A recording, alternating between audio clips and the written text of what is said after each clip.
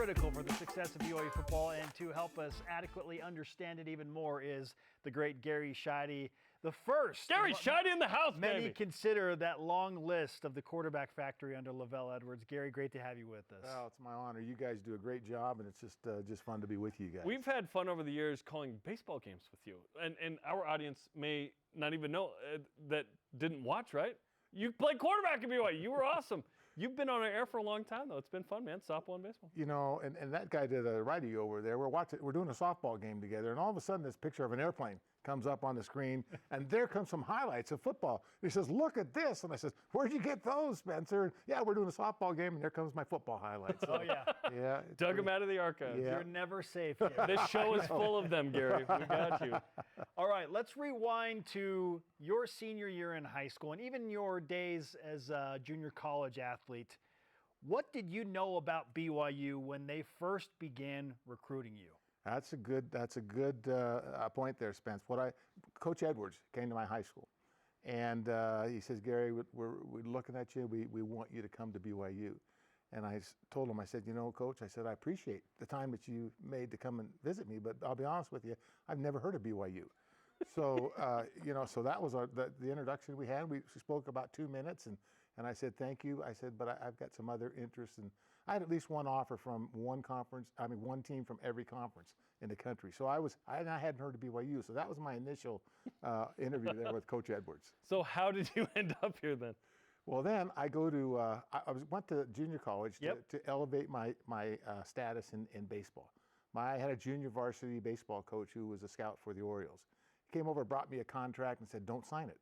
He says, "Go to junior college and up your status and play baseball." So I was going to do that. Well, about a week and a half before the season started, their two quarterbacks got hurt. So their whole team comes over to me and says, "Come on and play quarterback for us. We want you to play quarterback." So I went to DVC and I said, "Okay, I said, I don't want to run, miles. I don't want to run sprints. I don't want to get tackled. All these different things." Play golf, Gary. Yeah, I said, "I want to throw at least 20 times a game." We will. So they answered yes to all those. So I ended up going there and playing quarterback. We won the first 4 games. We were ranked like number 1 in the country. And then I broke a bone in my wrist called the navicular bone. And it's a bone that takes 6 months to heal. Oof. So I could not play baseball that year, and I had to just wait until I thought football is my back door, just in case I'm going to go play football the following year. And sure enough, we go to next year playing football. After 4 games, we're 4-0, number 1 in the country, and I break my radius. Oh. Well, as soon as I break that bone and I'm out for the season, the first guy to come to my house, Coach Edwards calls and says, "I'd like to come to your house. Can I come to your house?" And he brings Pete Whitbeck with him. So he comes over, my mom has dinner for him, and we have just a wonderful meeting. I really like Coach Edwards. And after he left, my mom says, "I really like Coach Edwards. I think you should go visit that site." So I said, "Okay, Mom." So I went to visit, and I watched the game in the middle of the season. And it was just, when I got to the campus and I looked out at the mountains, how beautiful they were, and the fishing, the streams. That's big for you, the fishing. Oh, big. And the girls, and I mean, it was like, what the heck? This is a wonderful place, So I left that place. I went back home, and I told my mom, I says, "I want to go to BYU." And I called my best friend up, and I said, "Hey, why don't you come to school with me?" He was an avid Catholic, and he says, "Where are you going?" I says, "BYU." He says, "Where's that?" I said, "Well, it's out in Utah." And I said, he says, "What, isn't that a religious school?" I said, "Yeah." I said, "I don't even know what religion is, but it's a great school. Everybody's nice." And he says, "Okay." So I called up Coach Edwards. I said, "Can I get my friend to come to school with me?" And he calls 2 days later and says, "He's in." So John and I drove out in his MG BGT in the middle of January to come out and start school at BYU. So we had a lot of things to learn in the dorms that first year. Persistence from Coach Edwards to show up after a second injury that ended your baseball career essentially at Diablo Valley. Yeah, it was just, you ever talk about something that's meant to be? I mean, that's what it was. Coach Edwards was just, he had the faith in me, and I really liked it, and my mom liked him. So that closed the deal. Okay, here's the thing though. In 72, this is the season before you come in 73. Pete Van Valkenburg leads the nation in rushing. Yet Lavelle is telling you, "Dude, we're going to pass it." Did you believe him? Well, I asked him. That's the question I asked him. I said, "Jeremy," I said, "Coach," I said, "you just had the leading rusher in the nation." And he says, I know that. He says, but in order to be successful down the road, we're going to throw the football. And you're going to be the guy that starts it for us. And I said, I want to believe you, but, and he says, don't worry. That's what we're going to do. We're going to throw the football. And they did. Oh, and we threw it. And you look good, man. People talk about this particular photo of you like you were Joe Namath, because at the time, you're wearing the same number, same kind of right-handed delivery and everything. Did you like that comp? Oh, very much. I kind of, I watched Joe, and I watched his delivery, and that's what made me wear number 12. I just thought he was ahead of his time. Any fur coats in Provo? No, but I had a lot to learn. I know when John and I went to like the first breakfast on Sunday morning, and the doors were locked, and so like at the Cannon Center. Or yeah, something, at the Cannon Center. We said, "What's going on? Why come they're locked?" And he says, "Well, it's Fast Sunday." We said, "What's Fast Sunday?" And they said, "Well, that's when you don't eat for 2 meals, and you don't eat for the 2 meals." Anyway, those were the kind of things that John and I learned. Bunch of weirdos around here. yeah. So it was a good learning experience, but just wonderful. Gary Sheide is with us on BYU Football, a BYUSN special, that 70's show, appropriately named. Oh, yeah. As we look back at really the foundational decade of BYU football's legacy. And let's specifically move to 73 and 74, Gary. Losing record in 1973. It was Lavelle Edwards' only losing record he had in 29 years as the man in charge Nice work, Gary. of BYU football. Yeah. But from that frustration, then came Lavelle Edwards' first WAC title and the first ever bowl game appearance when you went 7-4-1 in 1974. So that said, with that backdrop, what happened between 1973 and 1974 for BYU football to take some significant steps? Yeah, well, for me, when I first started out, right before the first game, about a week before the first game, we were playing Oregon State, and I got hit on the thigh, and it was a deep thigh bruise, and the doctor at the time was Dr. Vance, and I don't know if you ever heard that name, Dr. Vance. We said, take a chance with Vance. He was an older guy, looked like the doc on Gunsmoke, so he gets the needle, and he says, I'm going to poke in here and see if we can find the blood clot. And he says, did that hurt? I said, yeah. He says, how about there? Yeah. He says, all right, I'm going to try right here.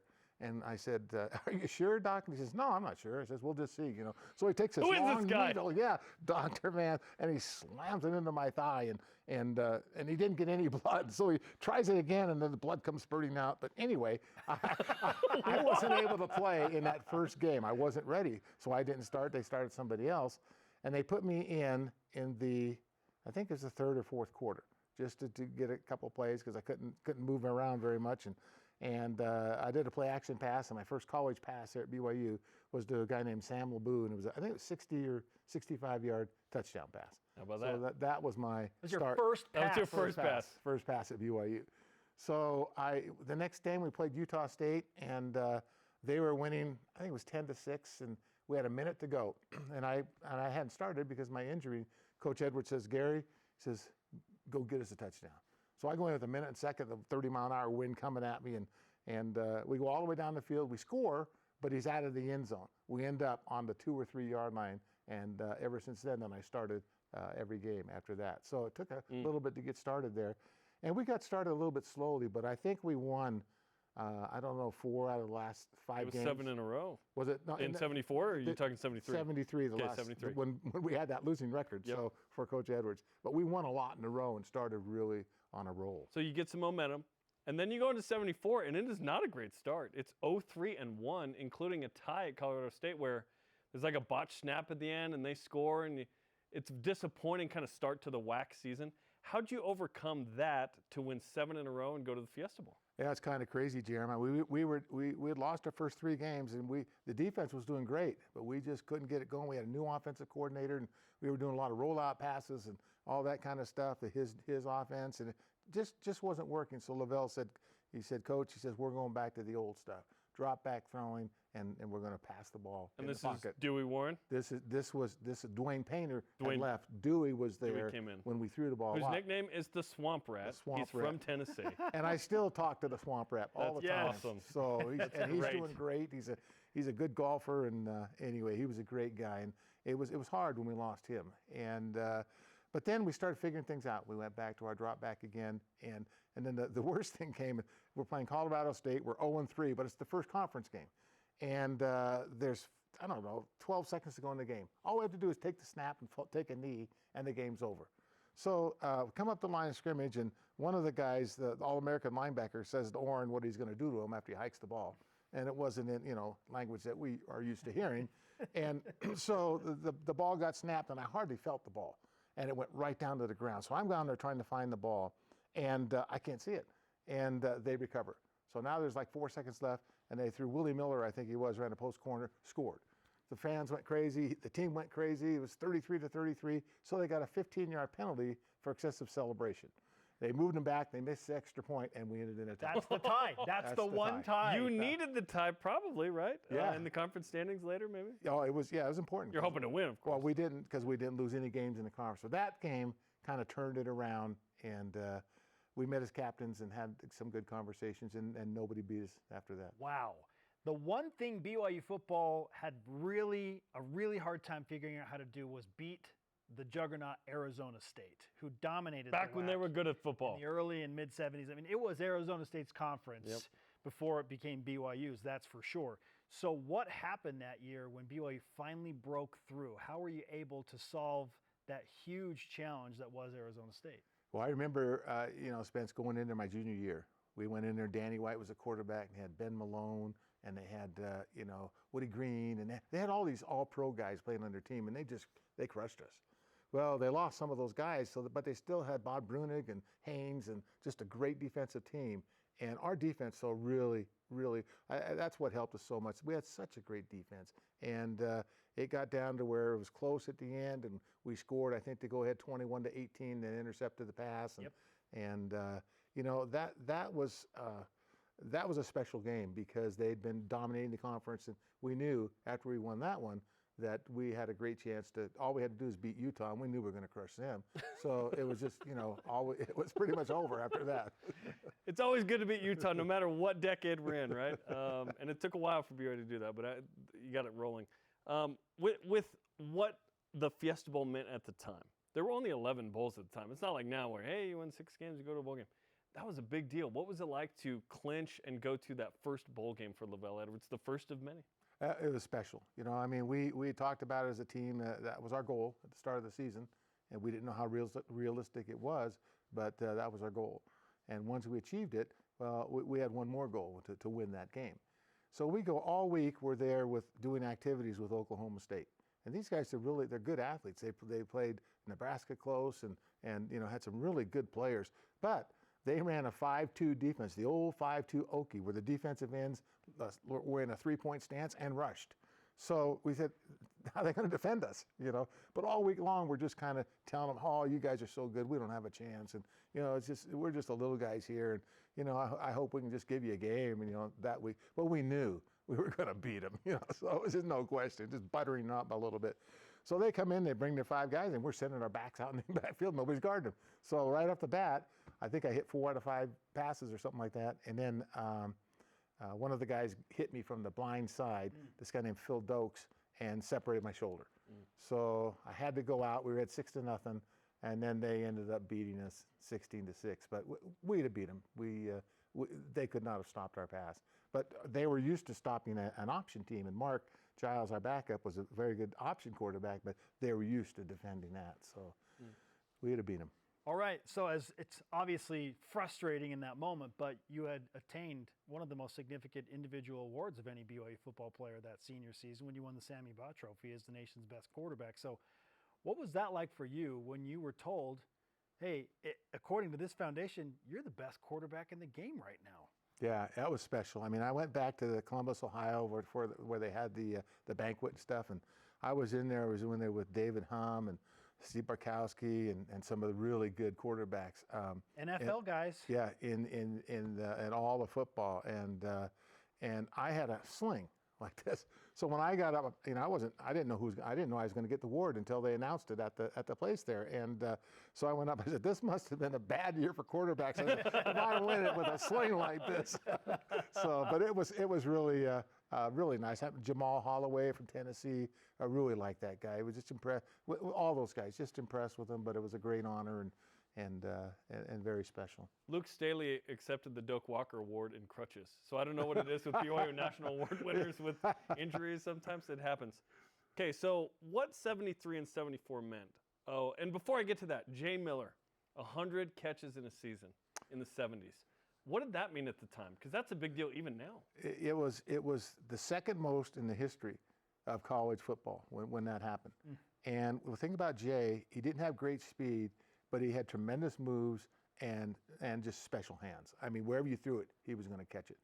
And I remember the one game, he had 20-something catches. 22, I think. 20, was it 22? 22. And we had to get the 23rd, or we had to get the 22nd pass. So we were both out. And we were crushing. I think it was New Mexico, but we were both out of the game. So they put us back in.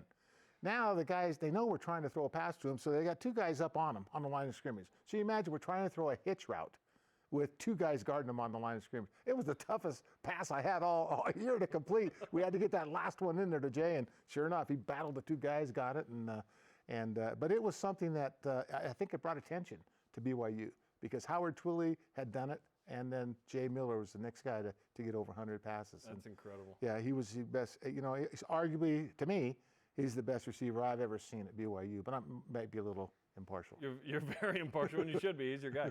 And to what I was saying was, in 65 and 66, BYU has some notable teams and a quarterback in Virgil Carter. Here you come in 73 and 74. We're about to have Gifford Nielsen, Mark Wilson, and Steve Young, or Jim McMahon, Steve Young, right about. It's about to start. We don't know this at the time. What was it like for you to see that string of guys after you, as this quarterback factory, as it came to be known, occurred, and you were one of the first? You know, for me, Jerem, when they inducted me into the Hall of Fame, I asked Coach Edwards if he would present me, and he said sure. And so he came down there, and he got up and he says, when I told Gary we were going to throw the ball, he says, if that was not successful, he says, I probably wouldn't have been there more than a year or two, and this program would have been changed so much. But we thought Gary could do it, and he did it. And that led to Gifford and Mark and Steve and Jim and all the other ones. So somebody's got to start it. And once you see that success, BYU was ahead of the time with their coordinators they had, the quarterbacks they had, and the offense they ran, just ahead of the time. And now everybody's catching up to it and using that West Coast offense. Gary, understandably, Lavelle Edwards was the guy that took the risk. He was the mastermind behind it all, who convinced all these amazing coaches to come to BYU, along with the players like you that he recruited. But who else deserves, maybe offensively specifically, some credit in establishing what BYU was in the past game, aside from Coach Edwards? Well, you know, we had let's see, Dewey Warren was the Swamp Rat. Rat. Love the Swamp Rat. He had that accent, and he used to, I mean, I still dream about it today. He'd say, hot damn, Sheide, step and throw. Step and throw. Step and throw. I just, you know, every time I heard that, step and throw. And he was right. You know, he taught me how to step and throw, but all the little things. You know, he was just ahead of the time. We had played. I was telling Jeremy about this earlier. I played Iowa State, and I think I threw about 450 yards against them. They had a great player named Matt Blair, and he played the monster position. And the monster was on the wide side of the field. So we always threw to the short side of the field. And Matt Blair, we threw 40 passes, 440 yards. He was never in on a play because he was on the wrong side every time. That's how good Dewey Warren was, you know. And we had Coach Cragthorpe with the line. And the guy that I really liked, he wasn't on our side of the ball, but Coach Whittingham. He was a tough guy. You respected him, and if something went wrong on the practice field, you know he'd be defending his linebackers. But Coach Whittingham is one of the best, if not the best, coaches I've ever been around, and it's rubbed off on his kids. And darn it, Kyle going there to Utah to help them. But his dad was just, he was special. He was one of the best coaches I've ever been around. They may not want to admit it, but they're big time Cougs. They're big time Cougs. That's right. Okay, this whole show is to shed a light on what the 70s meant for BYU. There's a lot of focus on the 80s, and there should be. What did the 70s mean to BYU football? You know, it's one of those things where if you look back on any type of program, I remember when I first came here, and I remember the basketball team. And the starting basketball team, Kresmer Chosic, Ambrosius, Sarkalati, Belmont Anderson, and Doug Richards. I mean, you remember those things. So now what happened as we started the tradition at BYU, everybody was remembering the names. They were Gary Sheide and Jay Miller and Larry Carr and Paul Linford and Wayne Baker, and all these names started coming up. So that meant something to the guys that wanted to come to BYU in the future. Once they see the success that these guys obtained, then they want to go to BYU and do the same thing. So I think success breeds success, and that's what happened in the 70s. Gary, great to have you with us as we look back on the 1970s and the BYU football era specifically. And wouldn't you know, this year, 50 years to the anniversary of BYU's first ever bowl game trip. So you took the Cougars to places they had never been, my friend. Well, you know, and it wasn't just me, Spencer, Jeremy, my team. We had a great defense, had a great offense, had great coaches. And I think they're going to try to bring us back together this year during one of the games and try to honor that team, first bowl game, first bowl team for BYU. So I hope they do that. And if they do, I look forward to seeing these guys again. Special team, Gary. We appreciate it, man. It's fun to hang out with you at Miller Park and now here in Studio B. Well, you guys are awesome. I always tell the guys, I said, you should see these young bucks. I said, I met them when they were about 25 years old or something. They were tremendous, and they still do a good job. So thanks for having me. Thanks, Gary. Appreciate it. The great Gary Sheide with us on BYU Football, That 70's Show. Up next, we'll keep this quarterback conversation rolling as we welcome in the last starting quarterback in the decade, the great Mark Wilson, who led BYU to an almost perfect season in 1979. This is BYU Sports Nation.